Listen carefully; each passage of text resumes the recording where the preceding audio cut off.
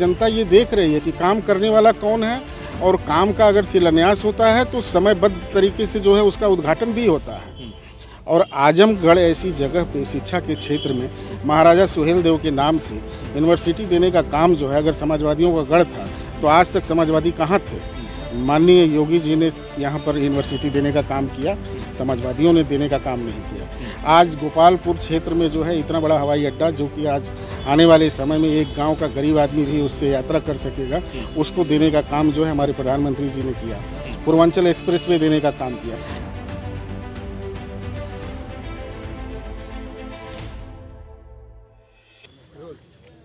नमस्कार, आदाब। अग्नि परीक्षा देख रहे हैं आप। आजमगढ़ जिले में मौजूद हैं और हमारे साथ इस वक्त मौजूद हैं भारतीय जनता पार्टी के गोपालपुर विधानसभा के प्रत्याशी सत्येंद्र राय जी। आज ही इनका टिकट फाइनल हुआ है। इनसे बातचीत करेंगे और जानने की कोशिश करेंगे कि किस तरह की मेहनत रही और पार्टी ने जो आशीर्वाद दिया है, यानी कि टिकट के रूप में जो अपना प्रत्याशी चुना है टिकट दे करके, उसको लेकर के क्या कहना है। सबसे पहले हमारी तरफ से शुभकामनाएं आपको। पार्टी ने आपको प्रत्याशी बनाया है, क्या कहेंगे क्षेत्र की जनता से और पार्टी को क्या कहेंगे? सबसे पहले तो मैं अपने जिला अध्यक्ष जी को धन्यवाद देता हूँ, क्षेत्रीय अध्यक्ष जी को धन्यवाद देता हूँ, माननीय प्रदेश अध्यक्ष जी को धन्यवाद देता हूँ, हमारे संगठन महामंत्री आदरणीय सुनील जी बंसल साहब को धन्यवाद देता हूँ। और मुझे तो सच बताऊँ तो मुझे तो ये पता भी नहीं था कि पार्टी मुझे उम्मीदवार बना देगी। मैं संगठन में काम करता हूँ और ज़िले में उपाध्यक्ष के पद पे हूँ। और आज भी मैं संगठन का ही काम देख रहा था कि एकाएक दोपहर में 2 बजे के करीब मुझे पता चला कि आपका लिस्ट में नाम है और आप जो है गोपालपुर विधानसभा से प्रत्याशी बनाए गए हैं। जहाँ तक रहा सवाल क्षेत्र में, और इसके पहले भी मैं जाता रहा हूँ, क्योंकि गोपालपुर जो है हमारी कर्मभूमि पहले से ही रही है और समाज सेवा में हम लोग काफ़ी दिनों से जुड़े हैं। यहाँ और भी जो भी समाज सेवा में जो लोग जुड़े हुए पहले से लोग हैं वो लोग मुझे जानते हैं। मैं निरंतर वक्त पे मैं समाज सेवा में जो है पूरी तरह से समर्पित रहता हूँ। तो पार्टी ने जो मेरे ऊपर विश्वास जताया है, हम लोग पूरी मेहनत के साथ, ईमानदारी के साथ मेहनत करेंगे, पार्टी की नीतियों को जन जन तक पहुँचाएंगे और जनता हमें, पूरा भरोसा है कि जनता हमें समर्थन देगी और हम उस सीट को जिता करके भाजपा की झोली में डालने का काम करेंगे। जिस तरह से सर आजमगढ़ को सपा का गढ़ बता के प्रचारित किया गया है अब तक, और जिस तरह से भारतीय जनता पार्टी ने अब की बार फोकस किया है आजमगढ़ को लेकर विशेषता है, तो क्या लगता है, क्योंकि संभावनाएं जो चर्चाएं हैं वो आम है इस तरह से कि अब की बार भाजपा यहाँ पे जो एक सीट पे अभी तक सीमित है वो बढ़ करके अब की बार अच्छा खासा यहाँ से गेन करेगी, अच्छी कंडीशन में जाएगी, 3 से 4 सीटें हो सकती है। इसको लेकर के क्या सोच है आपकी, क्या कहना है आपका? देखिए, जहाँ तक कहा जाता है कि आजमगढ़ जो है समाजवादियों का गढ़ है, तो अब तक जो है क्षेत्रीय दल ही आपस में लड़ते रहे हैं जी। सपा बसपा इसी तरह से चुनाव लड़ती रही है और न तो मोदी जी थे न तो योगी जी थे। 2014 से जब से प्रधानमंत्री जी नरेंद्र मोदी जी आए हैं और जब से 2017 से हमारे मुख्यमंत्री योगी जी आए हैं, तब से परिस्थितियां बदल गई हैं।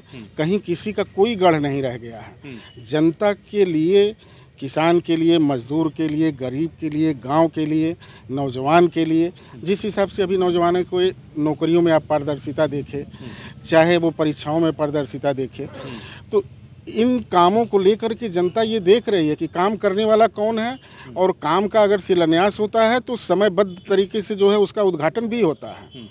और आजमगढ़ ऐसी जगह पे शिक्षा के क्षेत्र में महाराजा सुहेलदेव के नाम से यूनिवर्सिटी देने का काम जो है, अगर समाजवादियों का गढ़ था तो आज तक समाजवादी कहाँ थे। माननीय योगी जी ने यहाँ पर यूनिवर्सिटी देने का काम किया, समाजवादियों ने देने का काम नहीं किया। आज गोपालपुर क्षेत्र में जो है इतना बड़ा हवाई अड्डा, जो कि आज आने वाले समय में एक गाँव का गरीब आदमी भी उससे यात्रा कर सकेगा, उसको देने का काम जो है हमारे प्रधानमंत्री जी ने किया। पूर्वांचल एक्सप्रेस वे देने का काम किया। ये तो बड़ी बड़ी योजनाएँ हैं। तमाम मेडिकल कॉलेज खोला, सारी चीज़ें जो है जनता इन सब चीज़ों को देख रही है। बाकी कोविड जैसी महामारी में जो है 2 साल का समय सरकार का पूरा जो है कोविड जैसी महामारी में जो है चला गया।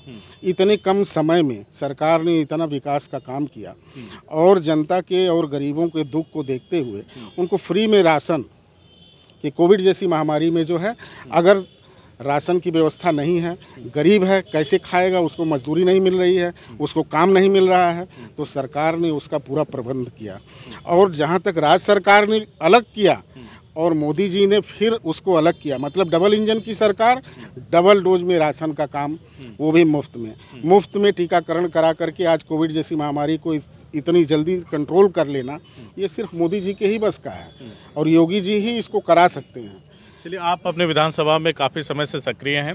आपके विधानसभा की विशेषता बात की जाए, अब तक वहाँ से सपा के ही लोग जीतते रहे हैं, विधायक भी सपा का, तो वहाँ पे क्या अभी तक ऐसी समस्याएं आपने देखी? और अगर जनता ने वहाँ की जनता ने आशीर्वाद दिया, मौका दिया आपको, तो उन समस्याओं पे आप क्या कहना चाहेंगे? क्या ऐसी समस्याएं जिनको आप दूर करेंगे? देखिए, सबसे बड़ी जो वहाँ की समस्या है, गोपालपुर विधानसभा में जो है, जो देवारा क्षेत्र बोला जाता है, वो गन्ना उत्पादन के मामले में जो है, मेरे ख्याल से इधर कई जिलों में जो है नंबर 1 है, इतना गन्ने का उत्पादन होता है। और वहाँ बरसात में जो है रास्ते जो है पानी की वजह से बह जाते हैं, डामर रोड चलते नहीं हैं, और उनका जो है लेवल जो है बहुत नीचा है, और बंधे से और उस पार जाने के लिए जो है पुल की व्यवस्था नहीं है। तो आवागमन में जो गन्ना के किसानों का जो ट्रालियों पे जो गन्ना लद के जाता है, अगर विकास हुआ होता तो वहाँ पे अगर पुल का निर्माण होता, सड़कों का निर्माण होता, तो आज किसान को अपना गन्ना जो है, उनके आए दिन ट्रालियाँ जो है उनका एक्सीडेंट होता है, ट्रालियाँ पलटती हैं, इन सब दिक्कतों का सामना नहीं करना पड़ता। आप विश्वास नहीं करेंगे कि आप देवारा क्षेत्र में जाएंगे और घूमेंगे और अगर अंदर से अगर उस मर्म को समझेंगे तो इस 2 महीने की खेती से वो लोग जो हैं पूरे साल के अपने खाने का बंदोबस्त करते हैं। तो ये सब चीज़ें हैं, इन पर फोकस करना है। दूसरा ये है कि तहसील वहाँ से बहुत दूर है, सगड़ी तहसील पड़ती है, और परशुरामपुर एक ऐसा सेंटर है कि अगर वहाँ एक तहसील हो जाए तो लोगों को किराया भाड़ा आने जाने के इन सब झंझटों से जो है भविष्य में मुक्ति मिल सकती है। इस तरह की तमाम छोटे छोटे, जनता ने आपको मौका दिया, विधायक चुना, तो ये सारी चीज़ें वहाँ पे हो सकती हैं। मैं बिल्कुल प्रयास करूँगा और इसको जो है ऊपर तक पहुँचाऊँगा। अब पहुँचाऊँगा ही नहीं, कराने का पूरी तरह से प्रयास करूँगा और होगा भी। मुझे ऐसा विश्वास है कि मैं जिस काम को करता हूं उसको मन लगा के करता हूं और पूरी ईमानदारी से करता हूं। आपके समर्थक चारों तरफ से आपको घेर के खड़े हैं, टिकट की घोषणा हो चुकी है, आप प्रत्याशी हैं। इस मौके पे क्षेत्र की जनता और समर्थकों से क्या कहेंगे आखिरी सवाल?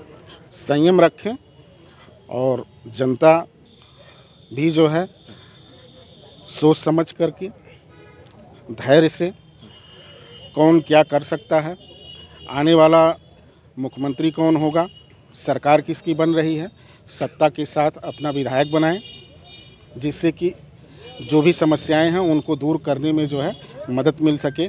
ऐसा ना हो कि आएंगे तो योगी जी ही, ठीक है, ये आप कह सकते तो हैं। विधायक भी जो है योगी जी का बनाइए। उसके बाद अगर विकास नहीं होता है तो सवाल करिए, 5 साल के बाद जो है भगा दीजिए, अगर कोई विधायक अगर सही काम नहीं करता है तो। मैं तो सीधी बात जानता हूँ। तो देखा आपने, हमने गोपालपुर विधानसभा के प्रत्याशी सत्येंद्र राय जी से बातचीत किया। उन्होंने हमारे हर एक सवाल का जवाब दिया। उन्होंने कहा कि जनता अगर मौका देती है तो निश्चित तौर पर जनता की समस्याओं को दूर करने का प्रयास करेंगे। उन्होंने कहा कि पार्टी ने जो विश्वास दिखाया है उस पर भी खरा उतरने का पूरा प्रयास रहेगा उनका। आगे भी इनसे बातचीत जारी रहेगी, क्योंकि जन के मुद्दों पर जन नेताओं से बातचीत हमारा प्रिय शगल रहा है करना, उसको जारी रखेंगे और जनता के सवाल नेताओं से पूछते रहेंगे। हमसे बातचीत करने के लिए बहुत बहुत शुक्रिया आपका, और एक बार फिर से हमारी तरफ से शुभकामनाएं आपको। धन्यवाद। CIB इंडिया न्यूज की सभी खबरों को देखने के लिए लाल रंग की बटन को दबाकर चैनल को सब्सक्राइब जरूर करें, घंटी जरूर दबाएं ताकि हमारी सभी खबरों के नोटिफिकेशंस आप तक पहुंचते रहें।